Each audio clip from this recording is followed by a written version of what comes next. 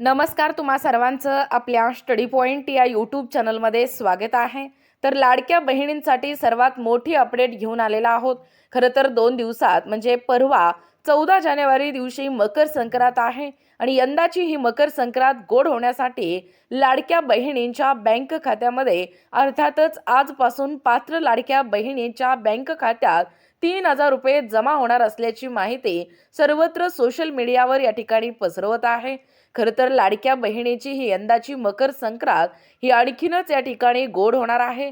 आपल्या राज्याचे मुख्यमंत्री आदरणीय सन्माननीय देवेंद्र फडणवीस व दोनही उपमुख्यमंत्री माननीय श्री एकनाथ शिंदे साहेब व माननीय श्री अजित पवार यांच्या नेतृत्वाखाली या ठिकाणी आजपासून लाडक्या बहिणींच्या बँक खात्यात नोव्हेंबर, डिसेंबर आणि जानेवारी ज्या महिलांना 3 महिन्याचा हप्ता मिळालेले नाही, तर अशा महिलांना 4,500 रुपये आपल्या खात्यात जमा होणार आहे व ज्या महिलांना नोव्हेंबरचा हप्ता 1,500 रुपयाचा मिळालेला आहे, अशा महिलांना डिसेंबर आणि जानेवारी या 2 महिन्याचे लाडक्या बहिणींना 1,500 प्लस 1,500 अशा पद्धतीने 3,000 रुपये आपल्या बँक खात्यात जमा होणार असल्याची माहिती या ठिकाणी सर्वत्र सोशल मीडियाच्या माध्यमातून मुख्यमंत्री आणि उपमुख्यमंत्री व्यक्त होताना आपल्याला दिसून येतो आहे.